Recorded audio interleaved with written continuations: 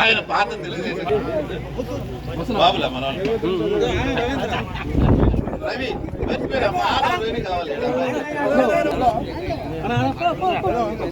నాయకత్వం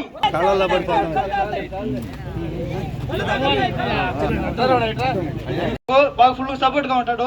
అలాగే మీరు మా మెదటి గారు వాకడ మండలంలో ఏ ఊర్లో చాలా మంచి పనులు చేస్తున్నాడు.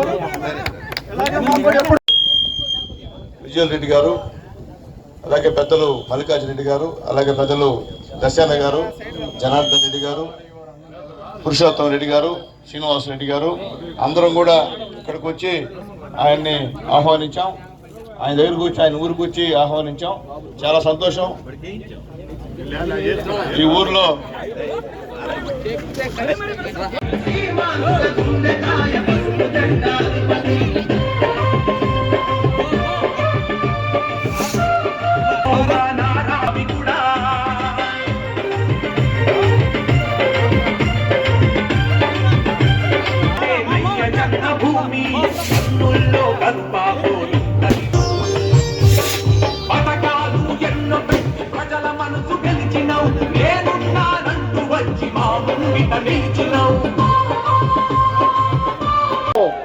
పవన్ కళ్యాణ్ నాయకత్వం, పవన్ కళ్యాణ్ నాయకత్వం, మోడీ గారి నాయకత్వం, మోడీ గారి నాయకత్వం.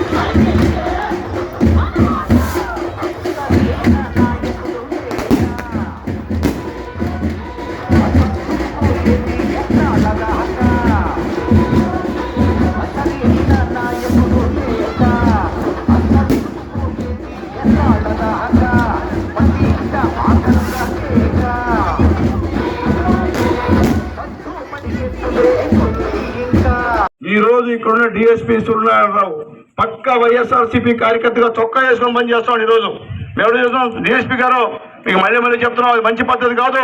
మీరు గవర్నమెంట్ ఆఫీసర్, మీరు మేమిచ్చే పన్నులు జీతాలు జీతం తీసుకున్నారు. మీరు ఈరోజు నిన్న ఎలక్షన్స్ లో వైఎస్ఆర్సీపీ నాయకులు బూత్ కలిసి డబ్బులు పస్తా ఉంటే మా వాళ్ళు పట్టిస్తే వాళ్ళు చేసి మా వాళ్ళు తీసుకుని లోపలేస్తారు. మీరు మా వాళ్ళు పని చేసి పెడతారా? ఎంత అన్యాయం చెప్పండి. మేము వాళ్ళు చెప్తున్నాం, ఎలక్షన్ కమిషన్ కి రిపోర్ట్ చేస్తాం. మీరు వన్ సైడ్ చేస్తున్నారు. మీరు పోలీసులందరినీ పిలిచి మొత్తం ఓట్లు నా దగ్గర తేని పడుతున్నారు. ఆయన దగ్గర తేవాలి పోలీసులంతా. అంటే ఎంత దౌర్జన్యం అంటే ఎవరైనా వైఎస్ఆర్సీపీ నాయకుడిని ఎవరైనా ఎదిరిస్తే మన తెలుగుదేశం వాళ్ళు అతను పట్టుకోపోయి జైల్లో పెడతాడు, అక్రమ కేసులు పెడతాడు. కాబట్టి సూర్యనారాయణ గారు మీకు మేము చెప్తున్నాం, మీ ఆఫీస్ ముందు కూర్చుంటా ఎలక్షన్ అంటే సంబంధం జాగ్రత్తగా ఉండండి. ఇది మంచి పద్ధతి కాదు. మీరు ప్రజల డబ్బులతో జీతం తీసుకుంటున్నారు, అంతేగాని జగన్మోహన్ రెడ్డి గారి జీతం తీసుకోండి అని చెప్పి నేను మళ్ళీ చెప్తున్నా. కాబట్టి ఆలోచించుకోమని చెప్తున్నా. మేము పట్టిస్తే వదిలేస్తారా అంటే మా వాళ్ళని కూడా చేస్తారు మీరా అంటే వాళ్ళు విచ్చలవిడిగా అబ్బుదుల దగ్గర చేరి 2 జేబుల్లో డబ్బులు కట్టలు పెట్టుకొని పస్తున్నారు. అంటే ఒకటే చెప్తున్నాం, అంగన్వాడీ కార్యకర్తలకి టీచర్స్ అయితే 100 కోట్లు ఇచ్చినా నీకైతే ఓటేరు. అది తేలిపోయింది. అది నిన్న జరిగినటువంటి ఓట్లో 98% మొత్తం తెలుగుదేశం పార్టీకి వేశారు. అంగన్వాడీ కార్యకర్తలకు ఆశ చూపిస్తున్నారు. అంగన్వాడీ కార్యకర్తలు మా అక్కలు మా చెల్లెలు చేస్తున్నాం. ఏమైనా అవసరం అయితే డిఎస్పీ ఆఫీసు ముట్టడిస్తాం, డిఎస్పీ ఆఫీస్ కాడ కూర్చుంటాం, న్యాయం జరిగేంత వరకు వదలమని చెప్పి నేను మళ్ళీ డిఎస్పీ గారికి తెలియజేస్తానని చెప్పి సెలవు తీసుకున్నా. జై హింద్. మన గుర్తు ఏందమ్మా? ఓకేనా? గుర్తు అందరూ గుర్తుంది కదా. సైకిల్ గుర్తుకి ఓటేసి గెలిపించండి తల్లి. ఓకేనా? వస్తా. మీరు ఏమడితే ఇస్తారని చెప్పి కూడా హామీ ఇచ్చినాడమ్మా. కాబట్టి ఎవరు కూడా అలాంటి ప్రలోభాలకి లొంగొద్దని చెప్పి నేను తెలియజేస్తున్నా. ఈ డిఎస్పీ, ఇంకొక 2 సిఐలు, ఒక ఎస్ఐ, వీళ్ళందరూ కూడా ఇక్కడ వైఎస్ఆర్సీపీ శాలువాలు కప్పుకొని కండువాలు కప్పుకొని పనిచేస్తున్నారని చెప్పి నేను తెలియజేస్తున్నా. నా పైన 14 కేసులు పెట్టారయ్యా. 14 కేసులు నా పైన. నేను రౌడీనా గుండానే ఆలోచించండి. అట్లాగే తెలుగుదేశం పార్టీ వాళ్ళ పైన రౌడీ షీట్ ఓపెన్ చేస్తున్నారు. ఇష్టం ప్రకారం రౌడీ షీట్లు తెలుగుదేశం పార్టీ వాళ్ళ పైన నాన్-బెయిల్ కేసులు పెడుతున్నారు. ఇదంతా అన్యాయమని తెలియజేస్తున్నా. మళ్ళీ చెప్తున్నా, డిఎస్పీ గారు మీరు ప్రభుత్వ ఉద్యోగి, మీకు ఇచ్చే గౌరవం మీకు ఇస్తాము. మీరు అట్ట ఈజీలో పడి మీరు పక్కాగా మీరు వైఎస్ఆర్సీపీ కార్యక్రమాలు చేస్తే మేము కూడా తిరగబడతాం. ఏమైతే ఇబ్బంది లేదు మాకు. మళ్ళీ చెప్తున్నామని తెలియజేస్తున్నా. డిఎస్పీ గారికి ఆలోచించండి, మీరు న్యాయంగా ఉండండి, న్యాయం చేయండి. ఎవరు తప్పైతే వాళ్ళు ఖండించండి తప్ప వన్ సైడ్ మీరు అన్ని వాళ్ళకి ఫోన్లు చేసి చెప్పడం, వాళ్ళు మీరు చెప్పిన విధానంగా మొత్తం నడుస్తుందని చెప్పి నేను తెలియజేస్తున్నా. నిన్నటి నుండి ఒక ఇన్నోవా కారులో లక్షల డబ్బు తరలిస్తుంటే దాన్ని సీజ్ చేయలేక మీరు తిరుగుతూ ఉన్నారు. మొత్తం గూడూరులంతా కూడా ఇన్నోవా కార్లు డబ్బులు పెట్టుకొని పంచుతా ఉన్నారు. ఆ నాయకులు అయితే కొంతమంది జోబుల్లో పెట్టుకొని పంచుతున్నారు. కాబట్టి దయచేసి సబ్ కలెక్టర్ గారు ఆలోచించండి. చాలా ఇబ్బంది అయిపోతుంది డిఎస్పీ గారి వల్ల. అలాగే ఎస్పీ గారు మీకు కూడా విన్నవించుకున్నాం, మీ డిఎస్పీ గారి వల్ల చాలా ఇబ్బందిగా ఉంది. ఎవరు తెలుగుదేశం పార్టీ కార్యకర్త అనేవాడు బయట కలిపి హుకుం జారీ చేస్తున్నాడు. ఇది మంచి పద్ధతి అని చెప్పి మళ్ళీ తెలియజేస్తున్నాను. కాబట్టి డిఎస్పీ గారు నేను ఒకటే, మీరు కార్యకర్త అని చెప్పండి, నేను ముట్టుకుంటా మీతో. ప్రభుత్వ ఉద్యోగం అంటే గౌరవం మాకు. ప్రభుత్వ ఉద్యోగంగా ఉండి మీరు ఈ విధంగా చేయడం మంచి పద్ధతి కాదు. మీరు పూర్తిగా చొక్కా వేసుకున్నారు, వైఎస్ఆర్సీపీ చొక్కా. డైరెక్ట్ గా పోలీసు వాళ్ళని మీ కింద మీ కింద ఉన్నటువంటి వాళ్ళని పిలిచి, పోలీసులు పిలిచి మీరు చెప్తున్నారు, అయ్యా మీరు వైఎస్ఆర్సీపీ ఓటేయండి లేకపోతే మేము చూస్తానని భయపిస్తున్నారు. లేకపోతే ఆ ఓట్లు తీసుకుని నా దగ్గర ఏమన్నా వేస్తారని చెప్తున్నారు. ఇది ఎంతవరకు సంబంధం తెలియజేస్తున్నా. ఎలక్షన్ కమిషన్ ఆయన మనకు తీర్చింది అంటే మన అమ్మానైనా మన తాత నుంచి ఆస్తికి ఈయన అంటే మన తాత ముత్తాత ఈయన. ఆయన బొమ్మే చూస్తున్నాడు మనకి. అవి తీసుకోకపోతే బ్యాంకులో చలవు, అప్పిచ్చోడు అప్పిడు. అసలు మా డబ్బు మా పొలానికి మా ఆస్తులకి జగన్మోహన్ ఎవరమ్మా? ఆయనకి ఏం సంబంధం అమ్మా? ఆ చట్టం తీసుకొచ్చాడు ఇప్పుడు. అదేమంటే బీజేపీ అంటాడు. ఈ దేశంలో ఎక్కడ ఏ రాష్ట్రంలో లేదు ఆ చట్టం, ఇక్కడ ఈ రాష్ట్రంలో పెట్టాడు. అంతెందుకు నాకు అర్థం కదా. ప్రజల అంత ఎంత ప్రేమ అంటే మన ఆస్తులు ఆయనకి పంపాల. మీరు అమ్మేదానికి లే ఏమా, మీరు అమ్మేదానికి లే, ఆయనకి పంపాల. ఇవన్నీ పెట్టుకొని అవన్నీ కుదవపెట్టి మళ్ళీ అప్పు తెచ్చుకుంటాడు. ఈరోజు మద్యం పైన అప్పు తెచ్చుకున్నాడు బాండ్ కుదవపెట్టి. అంటే మా ప్రజలు, ఆంధ్ర ప్రజలు ఇంకా 15 సంవత్సరాలు తాగుతారు, బ్రహ్మాండం తాగుతారయ్యా, ఆ సంబంధించిన డబ్బులు ఇస్తే నీకు అప్పు కడతారని చెప్పి కుదవపెట్టి తెచ్చుకున్నాడు. సచివాలయం కట్టించాడు, సచివాలయాల అవి కూడా కుదవపెట్టేశాడు. మొత్తం కుదవపెట్టేశాడు. మొత్తం ఈ దేశాన్ని, ఈ రాష్ట్రాన్ని సర్వనాశనం చేశాడు జగన్మోహన్ రెడ్డి గారు. అట్లాగే ఎస్సీలని, బీసీలని, మైనార్టీలని అందరినీ చంపేశారు వైఎస్ఆర్సీపీ నాయకులు. దౌర్జన్యం ఈ రోజు కూడా భయపడుతున్నారు ప్రజలు. బయట వచ్చి ధైర్యంగా నేను సైకిల్ కుడుతున్నాను చెప్పాలని భయపడుతున్నారు. ఆ విధంగా భయపించేశాడు వాలంటీర్ల ద్వారా, ఆయన సంబంధించిన నాయకుల ద్వారా. బాబు గారు గతంలో కూడా చాలా మంచి పనులు చేశాడు. చంద్రన్న బీమా ఇచ్చాడు. మన గుర్తులేదు, ఎవరైనా చనిపోతే అప్పటికప్పటికే 5,000 రూపాయలు ఎత్తుబడికి ఇచ్చి 1,95,000 2 వారాల తర్వాత అకౌంట్లో పడేది. అది మహానుభావుడు జగన్మోహన్ ఎత్తేసావు దాన్ని. ఇప్పుడమ్మా చంద్రన్న బీమా ఎవరన్నా సహజ మరణం అయితే మామూలుగా చనిపోతే ఎంత తెలుసు ఇప్పుడు ఇచ్చేదే బాబు గారా 5 లక్షలు. ఏమో 5 లక్షలు గుర్తుపెట్టుకోండి. అట్లాగే యాక్సిడెంట్లో చనిపోతే 10 లక్షలు ఎవరిని ఇస్తారమ్మా? మీ అందరికీ 25 లక్షలు ఇన్సూరెన్స్ చేస్తున్నాడు. ఏమ్మా మీ ఆరోగ్యానికి 25 లక్షలు ఇన్సూరెన్స్ చేస్తారు బాబు గారు అని చెప్పి తెలియజేస్తుంది. జగన్మోహన్ రెడ్డి గారు మనకి ఏమీ చేయలే.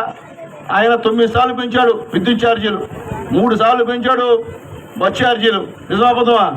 ఇంటి పన్ను పెరిగిపోయినాయి, డీజిల్ పెట్రోల్ ధరలు పెరిగిపోయినాయి, నిత్యావసర వస్తువుల ధరలు ఈరోజు నూనె ప్యాకెట్ ఎంత, చింతపండు ఎంత, పప్పు ఎంత ఆలోచించండి. చంద్రబాబు నాయుడు గారు ఉన్నప్పుడు ఒక్క పైసా కూడా పెంచాల. పెట్రోల్ డీజిల్ పెంచలేదు, బస్ ఛార్జీలు పెంచలేదు, కరెంట్ ఛార్జీలు పెంచలేదు. ఈరోజు ఈ రాష్ట్రాన్ని మొత్తం అప్పులు పాలు చేసి మీ అందరిపైన, నా పైన, మీ బిడ్డలపైన, నా బిడ్డలపైన 6 లక్షలు అప్పు మనం. మీ అందరూ 6 లక్షలు అప్పు మీ అందరిపైన. మనల్ని అందరూ కుదవ పెట్టి అప్పు తెచ్చుకున్నాడు ఎవరు? జగన్మోహన్ రెడ్డి గారు. తర్వాత తల్లి భూరక్షణ చట్టం అని చెప్పి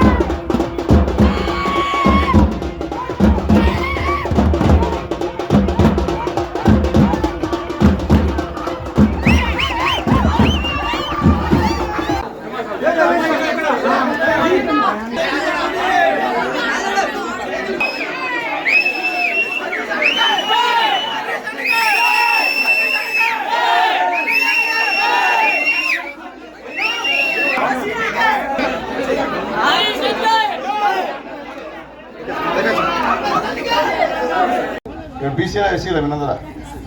ఎస్సీలు మామూలుగా పెన్షన్ ఎంత ఇస్తుంది? ఒకటి ముందు 3 ఏళ్ళు కదా. బాబు గారు గెలిస్తే ఎంతమ్మా? ఫస్ట్ రేపు వచ్చే నెల 7,000 ఇస్తాడు, అంటే 3 నెలలది కల్పిస్తాడు. తర్వాత నుంచి 4,000 ఇస్తాడు. తర్వాత ఇప్పుడు జగన్ తీస్తున్నాడు చెప్పేసి కదా, జగన్ 200 పెన్షన్ 2,000 చేసింది ఎవరు? చంద్రబాబు నాయుడు గారు. ఈయన 200 పెన్షన్ నుంచి 3,000 అని చెప్పి 5 సంవత్సరాలు మంచాడు. 250 ఇప్పుడు ఏం చెప్పారు తెలిసిన 500 పెంచుతారంట. అంటే 3,500 ఒకటి ఏం చేసినా 5,000 పెంచుతారంట. బాబు గారు 200 పెన్షన్ ఏకదమ్మున 2,000 చేశారు. ఇప్పుడు 3,000 పెన్షన్ ఏకదమ్మున 4,000 చేశారు. అట్లాగమ్మా ఇంతకుముందు 60 సంవత్సరాలకి మనకి పెన్షన్ ఇచ్చేవాళ్ళు. అవునా? నిజం అబద్ధం? ఇప్పుడు ఎస్సీలకి, అందరు ఎస్సీలే కదా, ఎస్సీలు అందరికమ్మా 50 సంవత్సరాలకి పెన్షన్. ఎంత? 50 సంవత్సరాల పెన్షన్. తర్వాత చంద్రన్న బీమా అని ఇంతకుముందు తీసుకునేవాడు.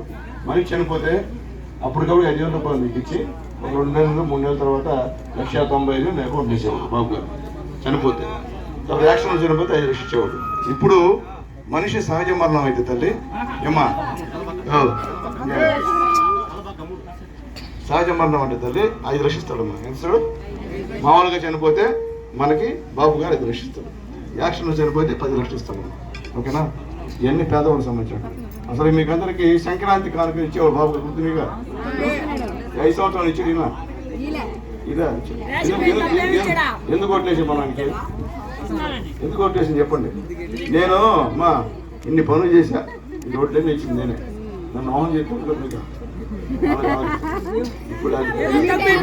ఇప్పుడన్నా మాటింది నాకు, ఇప్పుడన్నా మాటిందమ్మా ఏమ్మా.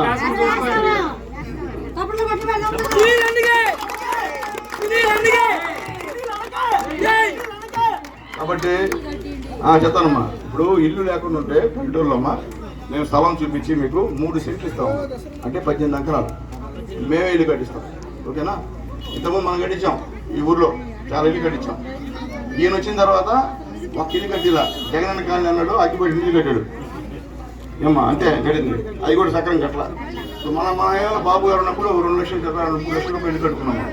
ఇప్పుడమ్మా మనకి దాదాపు 18 ఎకరాలు స్థలం ఇచ్చి ఇక్కడ ఇల్లు కట్టిస్తాడు బాబు గారు. ఓకేనా? అదే ఒకసారి తప్పు చేసాం, మీరే కాదు రాష్ట్రం అంతా తప్పు చేసింది. మళ్ళీ ఆ పొరపాటు చేస్తున్నారు, దండం పెడతా, మనం నాశనం అయిపోతాం. అమ్మోడు ఈడైనా నొక్కుతాడు, మనకు పడదు.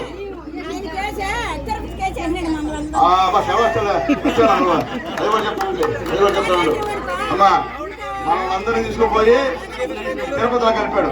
అవునా అబద్ధమా? రేపు చంద్రబాబు నాయుడు గారు వస్తే తెల్లారా మనం మళ్ళీ ఇంటికి వెళ్ళిపోతాం. అర్థమైందా?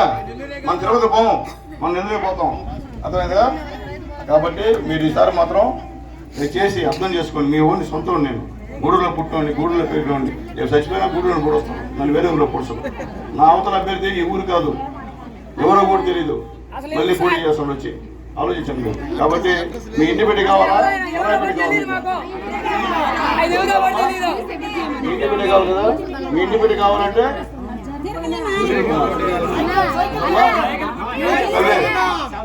అదే ఒక్క నిమిషం మాట్లాడతాను అమ్మా. మీ అందరూ అమ్మా, నా గుర్తు ఏం చెప్పండి.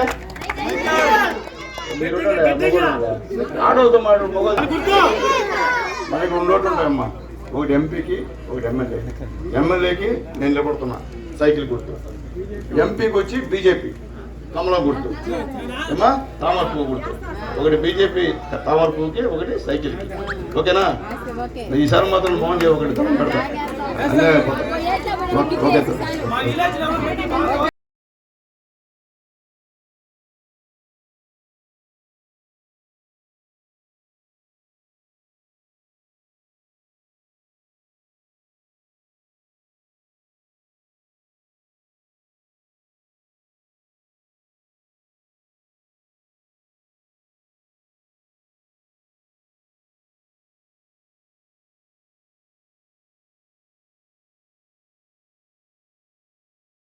Seventeen.